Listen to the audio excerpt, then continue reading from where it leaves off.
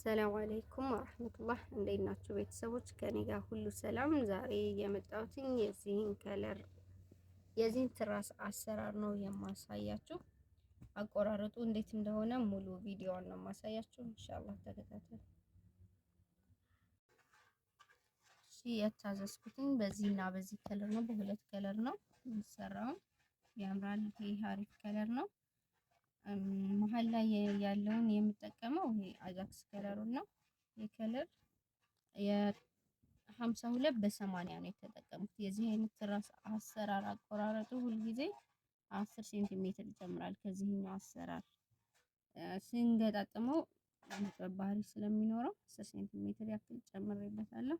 ይሄ ግን ይሄኛው ከለር አንዱ ከለር መሆን ያለበት ግን 52 በ75 ነው ስፋቱ 52። የዚህ ደግሞ 75 ሴንቲሜትር ይሆናል ማለት ነው። አብረን ነው አቆራረጡ።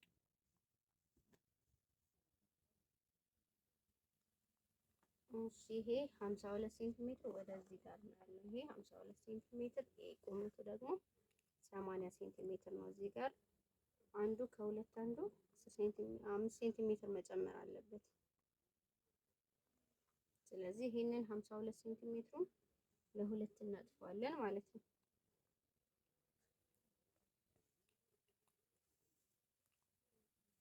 አንከርዋን ለማውጣት ከዚህ ጋር ስንት ሴንቲሜትር እጠቀማለሁ? 23 ሴንቲሜትር እጠቀማለሁ ማለት ነው። ኦኬ 24 እናድርገው። 24 ሴንቲሜትር ከዚህ ጋር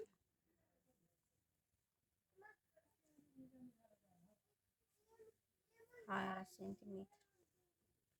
እሺ ስፋቷ ስንት ሆናለች ማለት ነው? መሀል ላይ ያለው 30 ሴንቲሜትር። ይህን የለካነውን እንቆርጠዋለን ማለት ነው። ከርብ እዚህ ጋር ከዚህ አንስተን እንደዚህ አድርገን እንቆርጠዋለን።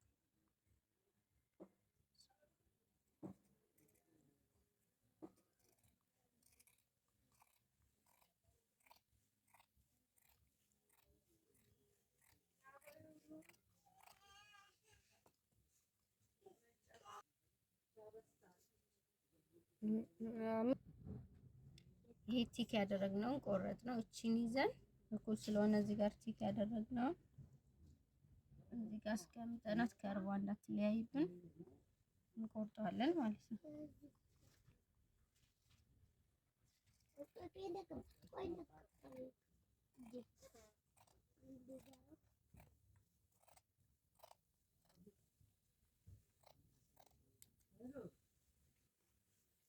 እነዚህ የወጡት እንትን ሲባሉ የቅርጽ ያወጣናቸው ሲወጣ ይሄን የመሰለ ቅርጽ ይወጣል ማለት ነው። በጣም ያምራል።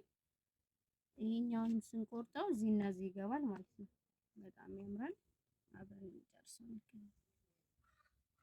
ይሄን ቬጅ ከለር ደግሞ የምንጠቀመው እዚህ ጋር ዳርና ዳር የሚገባው ፓርት ይሆናል ማለት ነው። ይሄ ደግሞ ይሄኛው 80 በ52 ስለሆነ የተጠቀምነው፣ ይሄን ግን 75 በ52 ማለት ነው የምንጠቀመው። ይሄን እንደዚህ እናጥፈዋለን። ለዚህ ይሄ ለ80 ሴንቲሜትር ከዚህ እስከዚህ ስንት ነበር የለካነው? 23 ወይም 24 ነበር የተጠቀምነው። ለዚህ ግን 75 በ52 ስለሆነ 20 ሴንቲሜትር እንጠቀማለን ማለት ነው። 20 ሴንቲሜትር ምክንያቱም አጭር ስለሆነ ከዚህኛው አነስ ማለት አለበት።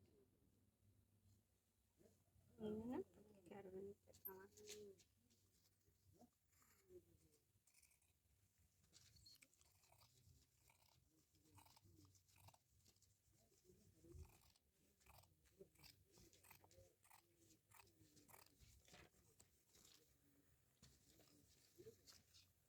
የዚህን ከርብ ደግሞ ይዘን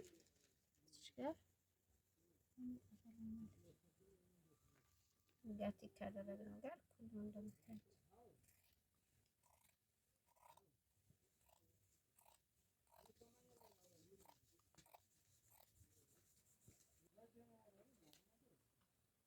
ስለዚህ ይሄም ሲዘረጋ የዚህ አይነት ቅርጽ ይዞ ይወጣል ማለት ነው። ያምራል በሁለቱም። አሁን እንደዚህ ይሆናል ማለት ነው። ዲዛይኑ እዚህና ከዚህ ያወጣናቸው 20 ሴንቲሜትሩ እዚህ ጋር ይገባል። ይሄኛው እንደዚህ ይገባል ሲገጣጠም። ዲዛይኑን አብረን እናየዋለን።